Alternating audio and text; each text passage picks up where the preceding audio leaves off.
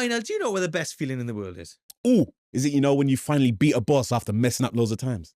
I mean, that's a good one. Or actually, when you unlock a new skin in a game without having to buy it. Yeah, solid. Yeah, that's good.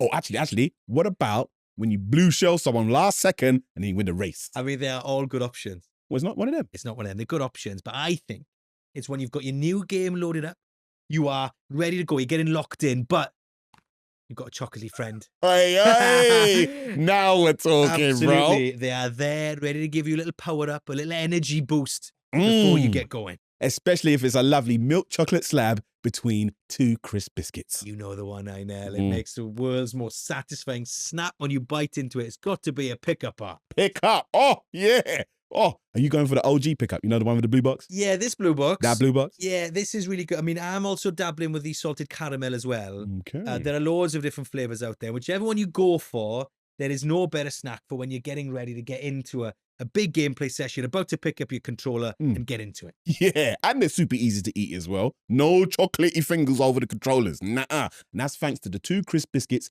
hugging the chocolatey slab. Nobody wants chocolate marks on their controllers, do they? Absolutely not. You can find out more by just searching for Pickup on your phone. Pick up and go. Oh, hello. Welcome.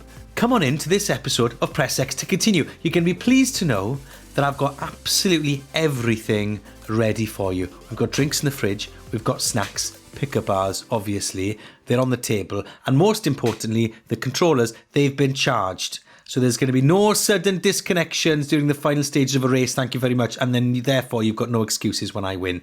Now that we're all ready, we can all start playing, because this is the only gaming podcast that you need. If you're new, we used to live on BBC Sounds, but now we're flying solo, and you can find us instead on all of your favourite podcasting platforms, Spotify, Apple, and all the other ones as well. I'm Stefan Powell, and I've got the actor, comedian, streamer, Einel Tomlinson's with me. And Einel, can I be honest with you for a second? Yeah, go ahead. You're currently doing very busy, important work being an actor. I wouldn't say it's... I'll take that. Yeah.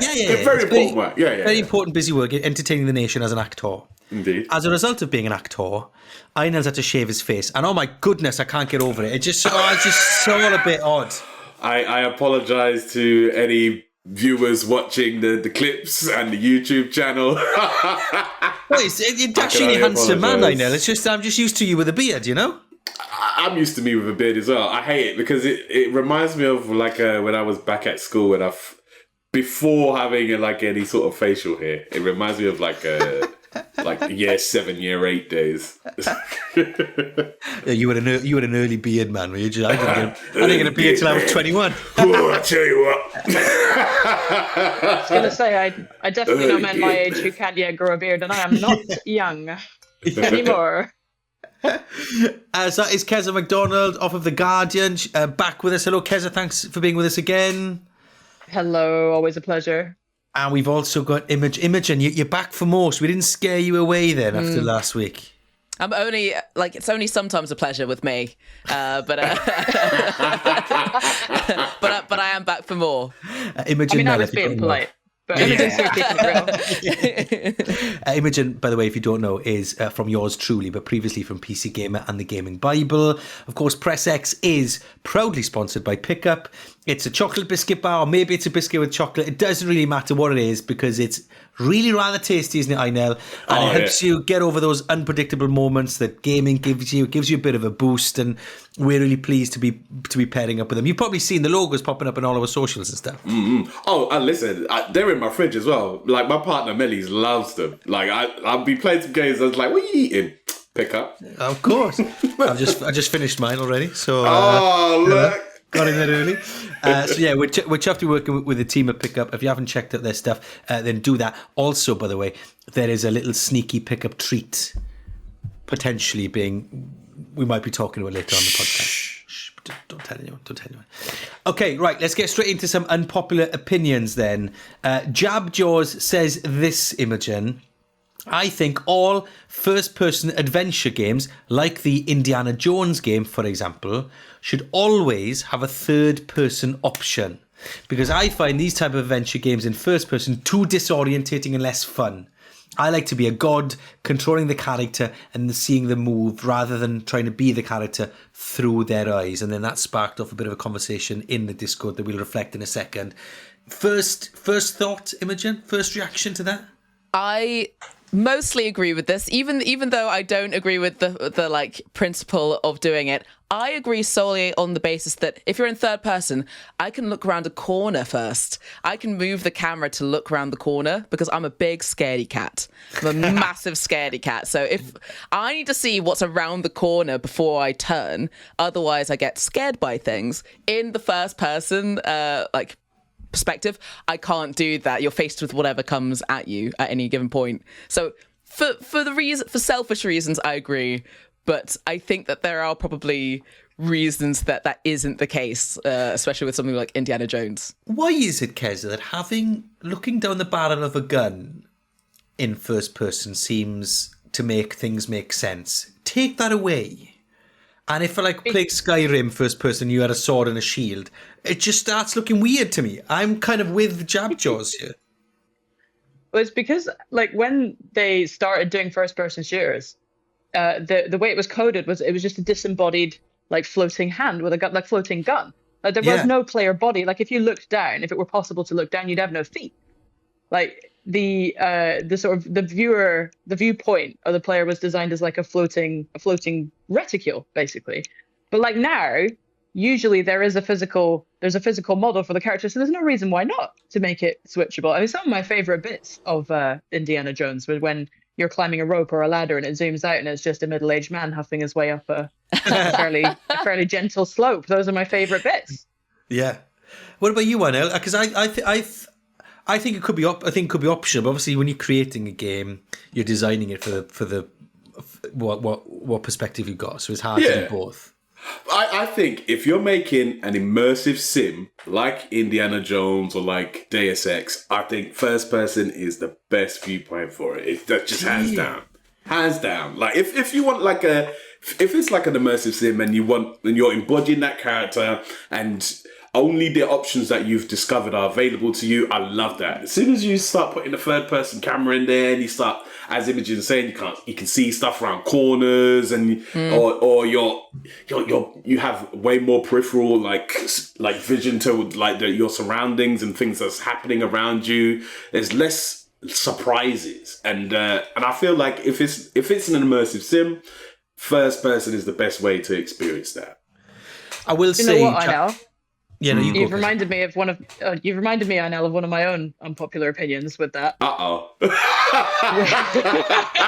Which is that we ought to ban the term immersive sim because it doesn't mean anything. Is it? It's one of those genre terms where I'm like, nobody knows what this means.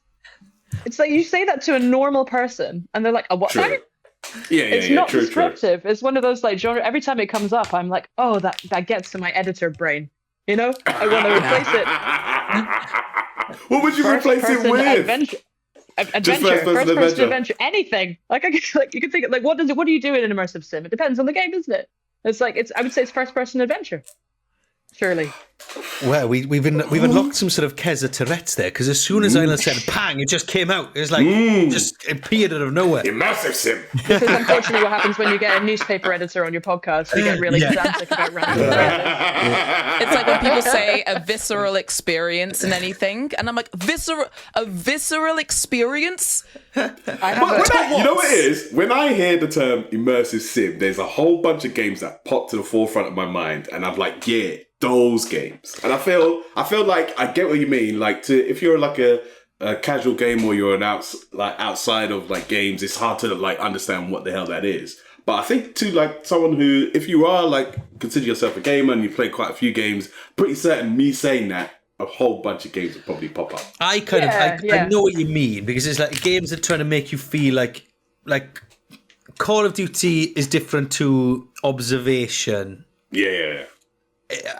Even though they're both for the first person perspective. Observation is fantastic. But then what about Blueprints? Blueprints is that an immersive sim? It's first person and you're not shooting people. No, that's a puzzle game. But it's a puzzle game, I'd say. So I'm not I'm simulating. I'm not simulating being I'm not simulating that because it's not. That's not a real. That's not. There's too many. That's not real. It's not real. Whereas I'm trying to live on a space shuttle. But no video game's real, Stefan. I No, hate I to know, break but it. What? What do you mean? Just shattered his dreams. They're real to me, Kez. No, but isn't the idea that you're sort of like you're simulating being an astronaut, whereas I'm not simulating. Is Starfield an immersive sim? Yes. But that's an RPG. It's first-person RPG. Skyrim and Oblivion also. Are they immersive sims? Are Yeah. they RPGs? They can be don't know. both. Can't they be both? I genuinely have, when you said immersive sim, I went, I don't know what that means. I did have that reaction. I Is didn't it? know what you never meant played by like that. a Deus Ex Like or Deus Ex, Chronicles yeah. of Riddick or Deus Ex is No. responsible for this. The Deus thing Ex is the that original. That is the original, yeah. I don't think that the word simulation to me means anything apart from something that is real. Like when someone says a simulation, I think simulator games. So that is why I felt like Right. there's a bit of a disconnect. I think like when I the way I perceive it anyway, I'm sure everybody has their own versions, but like I perceive an immersive sim as a game where you have certain objectives, but how you do those objectives are completely up to you. Right. Yeah, like the sim part of it is that it used to be because Yeah. Deus Ex was in 1999, right? The sim part of Yeah. it was a simulated world, and that was obviously not a thing that many games had done, or any games had done really before Right. Deus Ex. Someone will pick me up on that, but basically no game did it before Deus Ex. So like now though, most games have simulated worlds in some way, and many of them. So I just think it's one of those terms that's lost meaning. Is Yeah. Stardew I also Valley? Is Stardew Valley considered? This is a rabbit hole that we could go down. Oh, there we go. I apologise, everybody. We've got a ton. Interesting, because I kind of see where you're coming from, Jadros. However, that game Observation I was talking about there is the one time I've played a first-person shooter, the first-person game from the perspective of first Immersive person sim. without a gun that I sort of really got on board with. But anyway, great stuff. Incredible And game, by the way. loads That's of probably one of my favourite games of all time. yeah, you I'd put me say. on it. You got me on it when we were doing the podcast first time. Incredible around. game. So Incredible if you haven't game. played Observation, go and check It that rules. out. Really, really, really good game. And the ending really messes with your head. Made in not- Scotland. Just saying, made in Scotland. Yeah. We big up the Celtic nations on every episode of the podcast, Imogen. Okay, we just swap which one every time. And there was loads of discussion about this on the Discord as well, lots of back and forth. We love seeing that. So keep those thoughts coming in, those unpopular opinions. If you've got one in there, by the way, we haven't got around to talking about it yet, don't you worry. Producer David has got a big long list, and we will get through it all In a secret channel somewhere. yeah, probably a secret bloody channel as well, talking about it. Right, okay, talking of secret channels, it's time for the trivia. Now, this is the part where you use the secret channel on the Discord to suggest a question that you want us and our guests to try and answer on the podcast. There is a leaderboard, which I'm not taking especially seriously. I don't know about you. I'm not really. Oh, I am. Yeah, 25%. I'm good. A quarter right. I'll take it. Keza is second currently with a 50% rank of hers. Imogen currently bottom, but you've only had one question, to be fair. Thanks so it's not really for that. Fair. I was feeling really good about myself Well, until if you you said get that. this question right this week, then you'll jump up to like joint second because you'll have a 50%. So this is big for I you. think This this. is I big. think this system is flawed.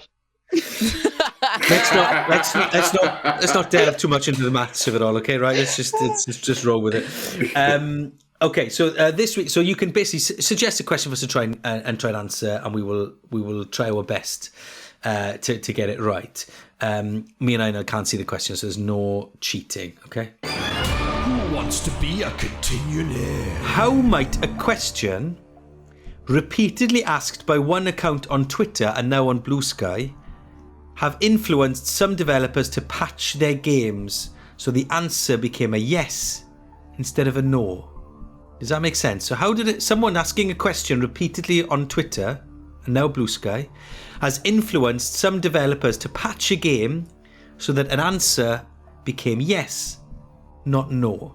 Games that were patched include Fortnite, Ghosts of Tsushima, Exit the Gungeon, and Warlords of New York expansion for the Division 2. I know the answer to this. I know the answer 100%. Oh, Imogen is I'm confident.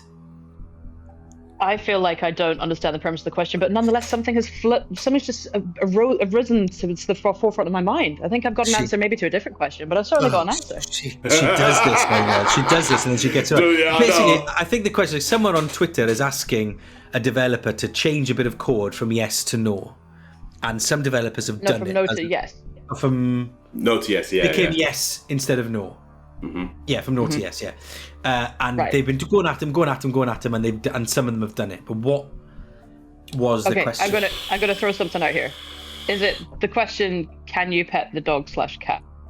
Oh, that's Imogen's a looking up great- for it. It's can you pet the dog? It's absolutely can you pet the dog? I think it's that. It's 100% because I remember in Ghost of Tsushima specifically, it was can you pet the fox, and you were able to pet the fox, and I think I remember articles written about that when it happened. I was thinking So the I reckon same all thing. these Can you games- pet the dog? I was thinking the same I was thing. thinking the same I was thing. thinking the same Can you thing. pet the dog? That's it. Because I was one of the Unagi. people on Twitter tweeting, yeah. can I? Yeah, unagi. I was thinking more like, can you pet the animal? But I'll take dog. We'll take dog. I think that's close enough for all of us. Anyway, we'll find out later on in the episode if we're all right. Again, this system. There's something about this system that. We'll check out later if we're all of us were right. All four of us were right. How We'll can find the system The be second broken place if is we're all calling my winning? name. Right, Yeah. we'll find out later It on can't be broken. in the episode. So very good. It could be wrong. We'll soon find out. Okay, so a couple of weeks ago we had Benedict Townsend on the podcast, and he, along with producer David, is very excited about what we saw from 007 First Light, because we've seen some gameplay now. We've had the big trailer for it. Yeah. So what do we think? Einel, Yes. what do you think? Do you know what? Absolutely loved it. I thought the presentation was great. 40 minutes showcasing various different gameplay mechanics and elements. There's a little bit of Hitman in there. Some really huge action sequences that you'd expect from like a James Bond movie. However, I will say they still got time, but I wasn't a huge fan of the driving sequences. It didn't feel like the car was going fast enough for the music and the bombastic nature of the events that were happening. Just looking at the screen, music sounds incredible, sound effects amazing. Just the car just felt it was just going a little bit too slow. And obviously, it could be like a rendering thing in terms of having to render the world at speed and at pace. But to me, it just felt the car was just too slow. I don't know. Did you feel that when you were watching it? I didn't pay enough attention to the car sequences because I was just so into what it was like to be Bond doing the rest of it that I didn't. I tell you didn't what, go focus back, enough. mute it, and then watch the car sequence. That's a normal thing to do. No, but tell me if it looks exciting. I think that is such a take I don't think I could have anticipated, because I'm someone who's a big Hitman fan. I actually, for PC Gamer, there is the Most Wanted sequence that they do like once a year, and I spoke about how excited I was about this game then, and I said that like Hitman 3 was a perfect, like there is the Scotland Mansion That level, which is like perfect. It was the Slides best out. showcase you could have. Yeah, right. The best showcase you could have for like how this game should play out, and they've kind of delivered on that. But I think that like I'm not excited. Like when I'm thinking about being Bond, I'm not thinking about driving. I'm thinking about the parties, the martinis, the weaving in and out of like conversations and like finding out mysterious stuff. That's what I'm really hoping for. So I actually really did not pay that much attention to the car stuff. What was your take, Keza? I was going into it thinking I was going to be underwhelmed, but actually found myself being overwhelmed. I thought I'm really enjoying what I've seen, and I'm kind of thinking, I think they might nail this. But what did you think?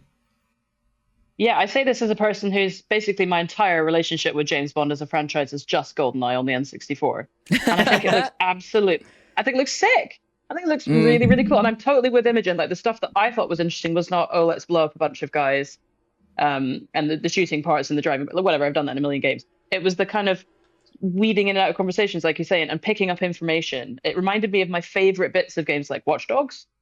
And Yes. I really like the idea of kind of like the Hitman as well. Hitman, all of them, but particularly is it World of Assassination? I forgot. I always forget. I always call it something different. It's- Universe of Assassination. It's now called that. I think World of Assassination. All three of them are Yeah. now that thing. Yeah, so that they've really perfected Hitman. It really can't. I don't think it can get any better. But like the thing that's fun about that is the detail. It's the walking around, the finding things, the seeing things, the listening to people, the figuring stuff out. The fact that you can go back and back and back around. The detail of the environments, and the fact that you're really having to think and use your brain. That really excited for it. But there does seem to be a lot of really good action as well, which you'd expect. It's almost like stealth games can be exciting. We're not letting it go. Interesting callback. Sorry, Some I would had say to it's an immersive sim. But interestingly, Let me get my list of banned phrases out. can you remember on the N64 there was a Mission Impossible game that came out Yes. quite early on, I remember and there that. was I do remember that. there was a knock. It was like a knockoff from the first Tom Cruise film, wasn't Cruise it? movie, yeah. And there was a mission early on where you were in the party and you had to like find, and it was like a version of you blending in and sneaking around Yes, I remember that. and that made me feel I was like, oh, okay, that's really cool, and that actually dynamic when you're playing the game, like that's why I think GTA RPG works so well, because people sometimes want to embody a role. It's not just blowing stuff up. But I will say what I think looks really good about the Bond is what I wasn't expecting is the balance between the two, is that you've got the big bombastic set pieces that felt very much, and this isn't like a massively original thought, but it felt very Uncharted for me. I know you would know this, I know, because you've never played them, but like it felt very Uncharted, but also then had those elements of Hitman and that Mission Impossible thing. I remember playing that. Yeah, I 30 years ago, remember that mission You as remember well. that mission? You had the It was- face scanner, and you had to Yeah, scan yeah. someone's face in order to gain entry Yeah, at the and it was party. like Yeah, that stuff's really cool. Obviously, Hitman's done it and perfected it in a million Yeah. ways, but it was just like, so I think what I saw, I was really impressed by. My question is, am I going to care about the character of Bond? Does it matter? Does this need to be a Bond game, or could it be could put any skin on it? It could just be a spy game. I think Do it you needs know- to be a Bond game so that it'll sell many millions of copies. To be Well, honest. is that just it?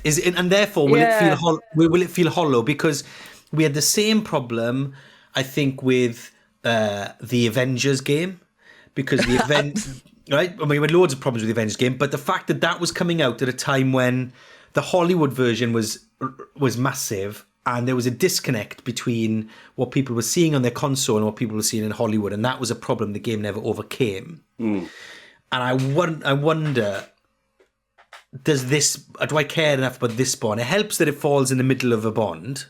Yeah, But you see what I mean, helps- Aina? I think it helps that it's a younger Bond as well, because I think that gives them a lot of leeway to kind of make this Bond their own.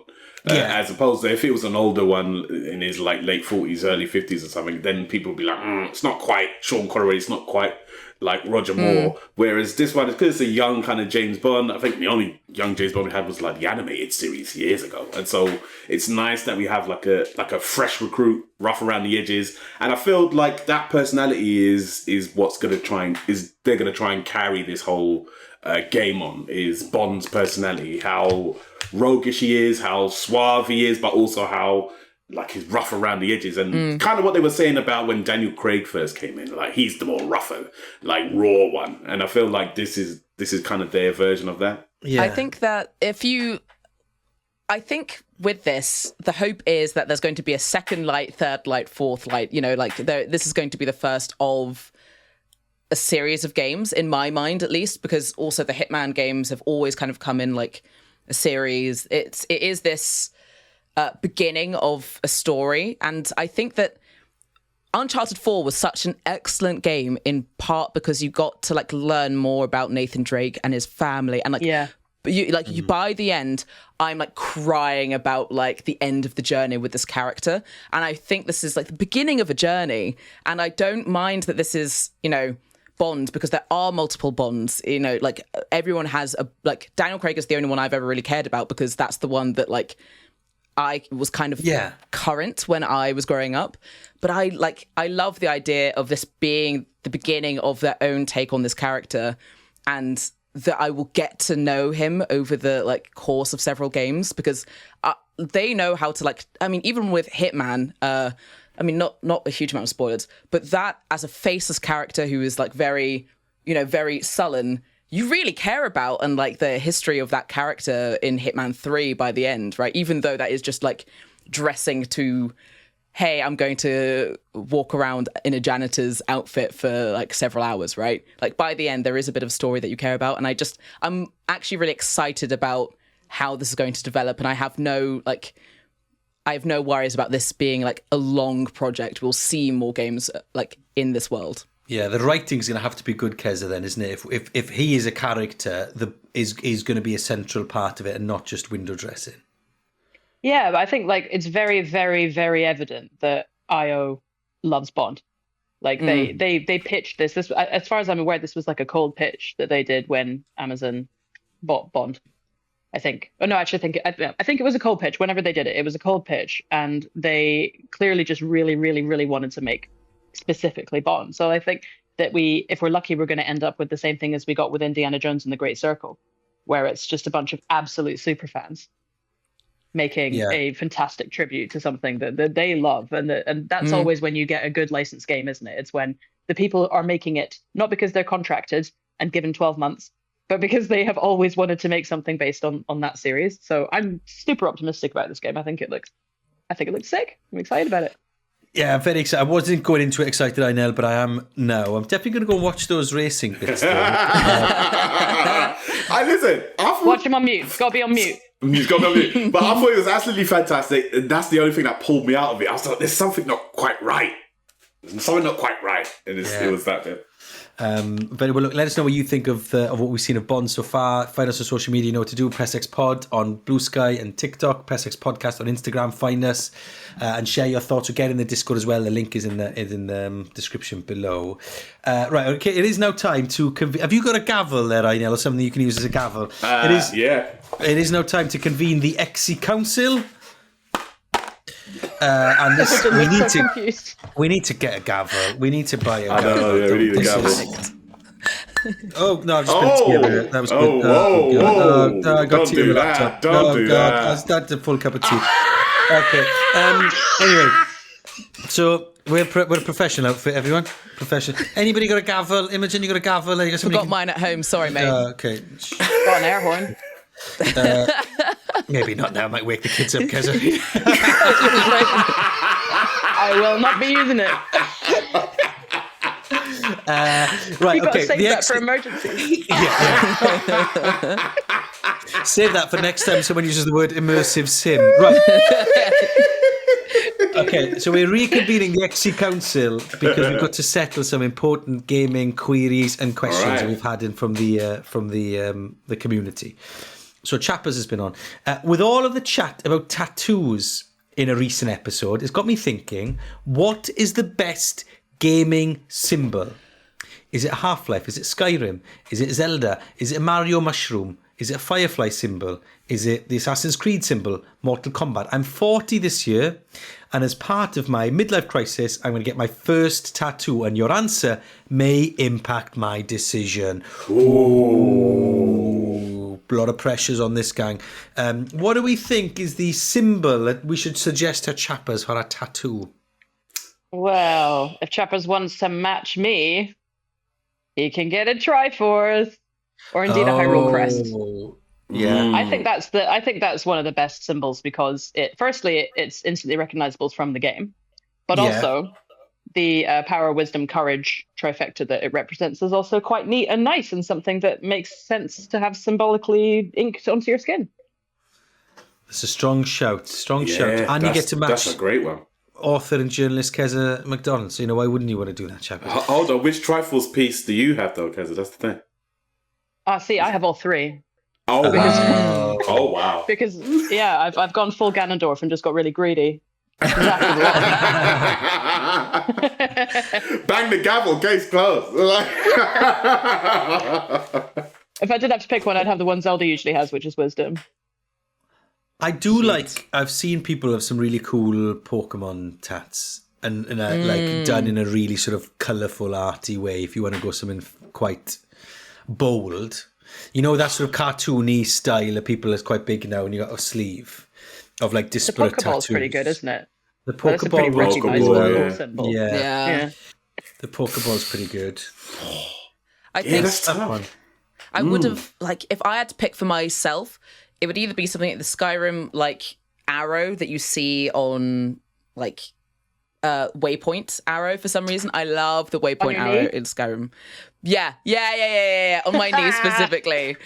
But then there's also Portal 2, I think that's the game for me that I'm like, that Oh, what, the man cube? running through. No, the man running through the portals and it being split. Oh yeah. Yeah. I love that, like, because it is the scientific, like, kind of imagery, but it being very silly and kind of in this fantasy world. Well, I mean, like, sci-fi world.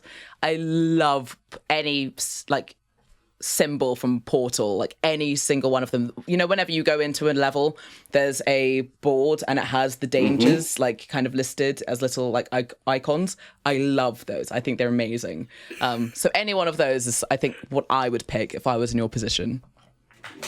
I've never had the guts to have a tattoo. I've always talked about it, but never got around to do it. The closest I've come to having sort of gaming memorabilia in sort of on an important part of me is that my password has always been that my favourite ever Championship Manager player. It doesn't really count. It doesn't really count. But my password for everything for a long time. Welsh? It's not anyone. They're not actually. He was part Swedish, part Ghanaian. His name was Tonton Zola Mukuku, and you could get him on a free transfer from Derby County back in the day, and he would go on to rule the world. So my star player, right. So my password. I was at the BBC for years. I still am, I suppose. But my password for years was Tonton Zola Mukuku 1, and then by the time I left, it was Tonton Zola Mukuku 47. That's so good. That's phenomenal. When I had a job at PC Gamer, I think that my passwords at one point were games I thought were 7 out of 10s.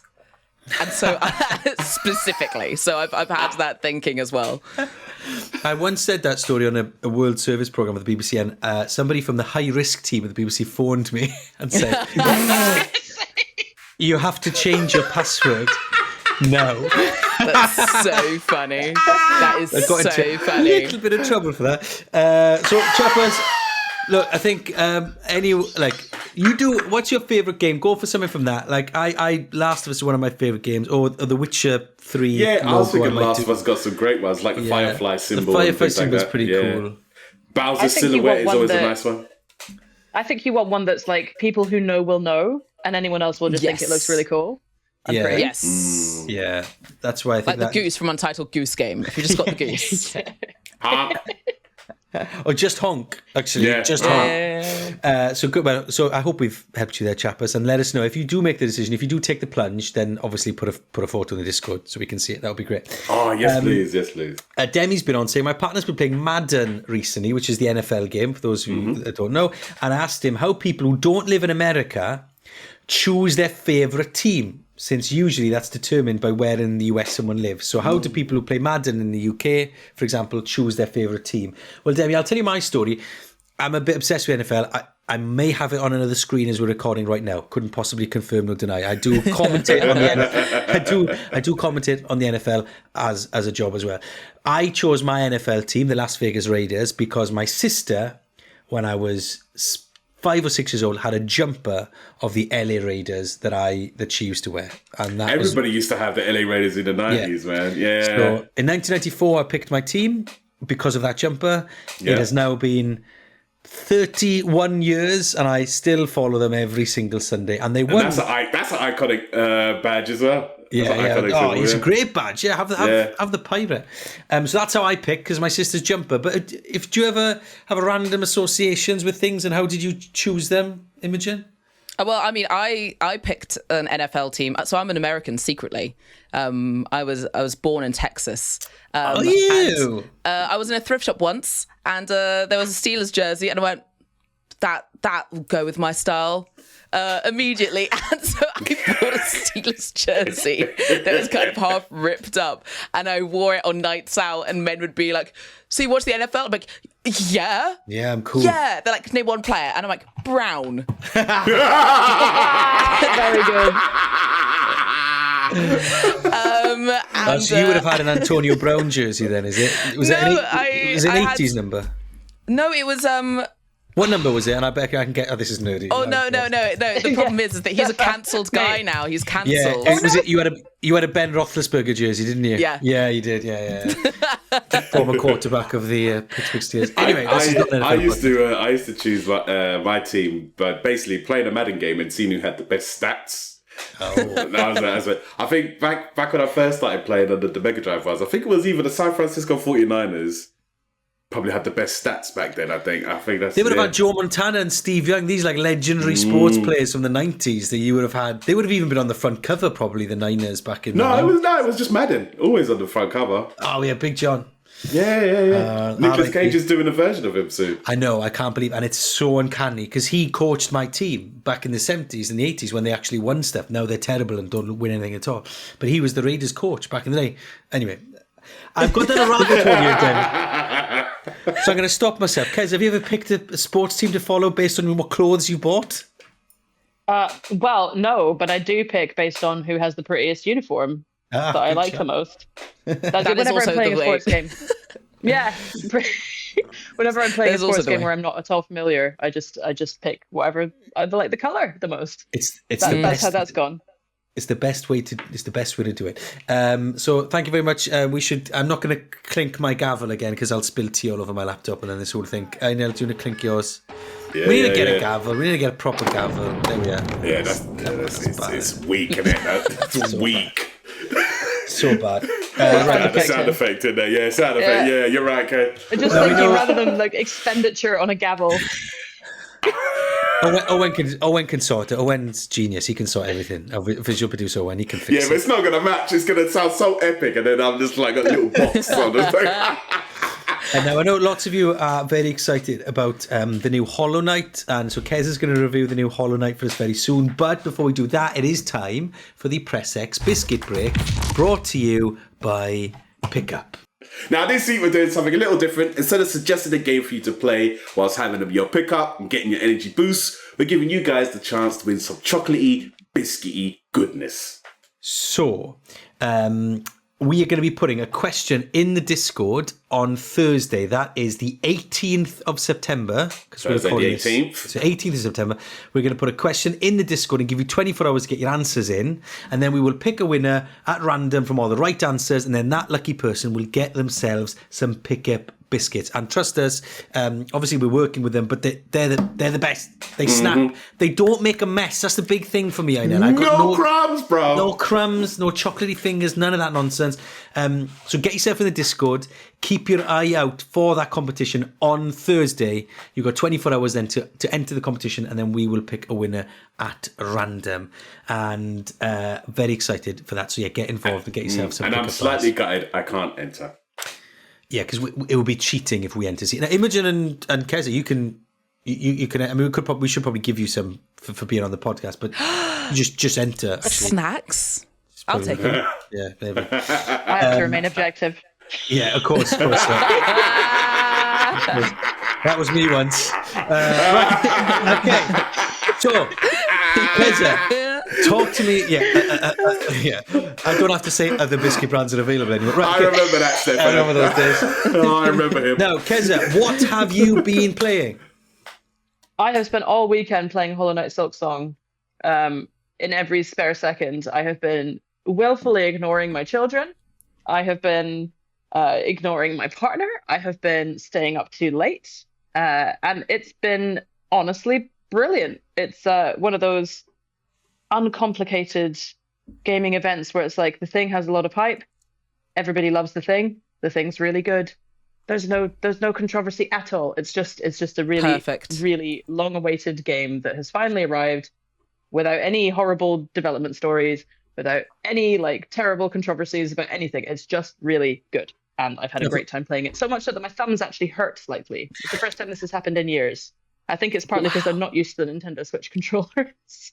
For people who But haven't I've played just- Hollow Knight, okay, so how would you describe it for people who are coming to this? Because obviously there was a lot of hype about it. People have been very excited about this for a long time. The first one was so good. But describe it. What sort of game is it? What's going on? You are a weird little insect, and you are stuck underground with a lot of other weird little insects, most of which are trying to kill you. And you have to figure out what's going on, figure out where you're going, and defeat very impressive looking, much larger insects than yourself. So I would say it's kind of a Dark Souls flavored action exploration game. But another word I hate, a Metroidvania. It's a classic Metroidvania in that you are constantly learning new things about the place that you're in, and every time you get a fun new ability, the game is transformed suddenly because there's all these places that you couldn't get before that you can now get to. The thing about Hollow Knight, the first one and this one, is it's really very simple. It's a very simple, quite straightforward like game. You explore, you find new abilities, you do really, really tough battles. But it's the atmosphere that people really, really love about it. It's the weird bugs. There's like a very poetic vibe to it. It's a bit creepy. It's definitely very, very eerie, but not scary. And it's also got that Dark Souls thing of like proper heart in mouth, like, oh, like you always feel like you are just a couple of hits away from either victory or defeat. And you also, very crucially, this is something that's absolutely crucial for games of this type. It's just really, really well made. So you can always tell if you can make that jump or if you failed it because you weren't good enough. You can tell if you encounter an enemy, you can beat it. You know, it's not that you're missing something. You can always do it. You just have to be good enough, and you have to kind of keep your head. And I find like I just beat, I think, the 4th or 5th boss of it just before coming on the show, and I was like shaking slightly from the adrenaline because I always have this problem with I love Souls-like games. Dark Souls and Demon Souls were my thing back in the day. But I haven't played them for the last kind of 7, 8, 9, 10 years. I haven't played those kinds of games very much because I have 2 kids now, and I just don't have the time really to delve into FromSoft style games. So Hollow Knight it's giving me proper adrenaline because I'm having those really intense battles. But it's in this kind of cute, creepy style that people really vibe with. I am so impressed by developers who make Metroidvanias because of the way, basically platform games essentially, where you can replay the same thing and have a completely different experience the second time around. I think it's genius. I don't know how people come up with those and figure them out. I just think it's amazing. But they never for me because of that difficulty thing. That's not my vibe. But this just looks. I've got some big train journeys coming up this week with work, and I'm thinking, actually, should I go for this over Donkey Kong? Over Donkey Kong. Well, because I was giving Donkey much... Kong the big sell a couple of weeks ago, and I said I'm going to get it when I've got some big journeys coming up, and I've got them coming this week, so I'm torn between the two. Those were the last 2 games I played. Completely different vibes. Donkey Kong, smash, smash, smash. Everything's so fun. Yay, yay, yay. Have a thing. Hollow Knight, complete silence. Eerie dripping. Someone singing in the background. Yeah. Same boss for 40 minutes. It's like Keza said. It's like the atmosphere. It's like it's if Tim Burton made a video game. Is how it makes me feel. It's like it's eerie, but it's never like, as you say, it's never quite scary. But like it's always got like a weird vibe to it. And yeah, it's a happy ending game. It's great. It's, as you were saying, like I was hoping this game would be good because it's been so anticipated. Every Nintendo Direct, every PlayStation Showcase, Xbox One, everyone's like, are we going to see Silksong? Are we going to see a Silksong? And now that it's finally out and it's available for everybody loves it. It's a relief. And it's like, oh, good, because they're only a small development team, like very, very small development team. If it didn't work, it's a hard one to come back from. But like, it's a great game. And that development team as well, they had such a big hit with Hollow Knight. They've just had nearly 10 years to just have enough money to keep making a game. This started out as like an add-on for Hollow Knight when Hollow Knight was a Kickstarter a million years ago. And they just were having such fun making it that they kept going. And now it's like a full kind of 25, 30 hour, possibly more, hopefully not that much more game. And I think it's a really cool story that they've just had the resource and they've had the time. And of course, that's a very privileged position most developers don't have. And that's why this has been such a big indie game. But yeah, it's come out really well, and hooray for that.